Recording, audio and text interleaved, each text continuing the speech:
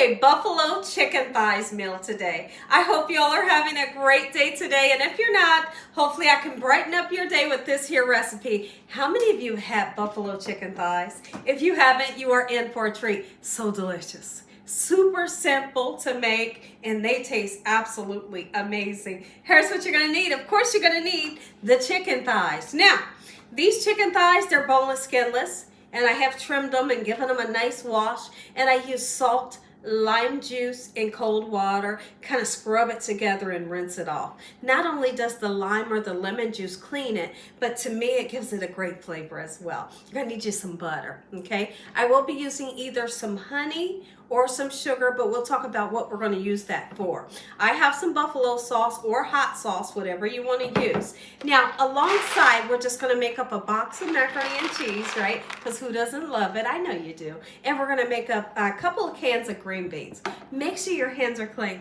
Let's make buffalo chicken thighs, Gina Young style. First thing we're going to do with these boneless, skinless chicken thighs is let's go ahead and season them. I'm talking about season them very well where they're going to have amazing flavor. So let's go ahead and do that. On purpose, I'm putting a nice amount of onion and garlic powder onto the boneless, skinless chicken thighs. Yes, you can do it with the bone in, but today we're not doing that. Okay, so we got some paprika. This is not smoked paprika, it's just regular. Gives a great color. I'm gonna go in with some salt and some pepper. Now, if you're that person that can't use salt, leave it out. Let your family season it themselves with the salt. The black pepper on, and then we'll flip them over and season the other side. And here's what I like to do. I want to let those seasonings really seep down into this beautiful protein for at least 15 minutes. That way we can get the full flavor. If you can let the spices sit even longer, then that's great. Season the other side. Just like this. Buffalo, you know how we have buffalo wings. We all love hot wings, but you can do it with other parts of the chicken. You know, and that, listen, when you do the boneless, skinless chicken thighs, chef's kiss every time. I'm talking about good. You ain't got to fuss and fight with the bone, you know. It's boneless. Ooh, when I tell you these are good, you're going to love this recipe. Oh, you will. We're going to dredge up our chicken, but before that, let's go ahead and put our macaroni noodles right into the boiling water, of course. And then I got 2 cans of green beans I'm going to put into here. We'll dress those 2 a little later. Okay, so now here's how I like to dredge the chicken. Once you get it nice and coated, okay, we're always going to give it a nice shake off just like this. Because naturally, listen to me, that flour falls off into the pan, and when it falls off into the pan and it hits the bottom of the pan, it gets like a burnt taste. So by you shaking it off, you prevent all of that, right? You want your chicken to have a good taste and not a burnt taste. Let's continue to dredge all this beautiful chicken up just like so. Quick and simple.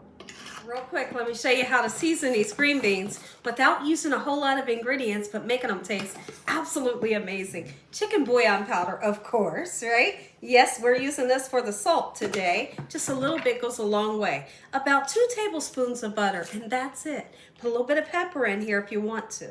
Chicken has had a chance to sit with these beautiful spices and this flour at least for about 35 minutes. In the meantime, we got some hot oil behind us. Let's start frying these. Let's go ahead and get our chicken right down into that hot oil. Make sure that it's not too hot. Now, this is a medium-high heat, and eventually the oil will calm down a little bit as this cold chicken goes in, you know, and it'll be the perfect temperature. Turn this chicken over. The whole house smells amazing right now. Are you kidding me? Oh my goodness, look at that.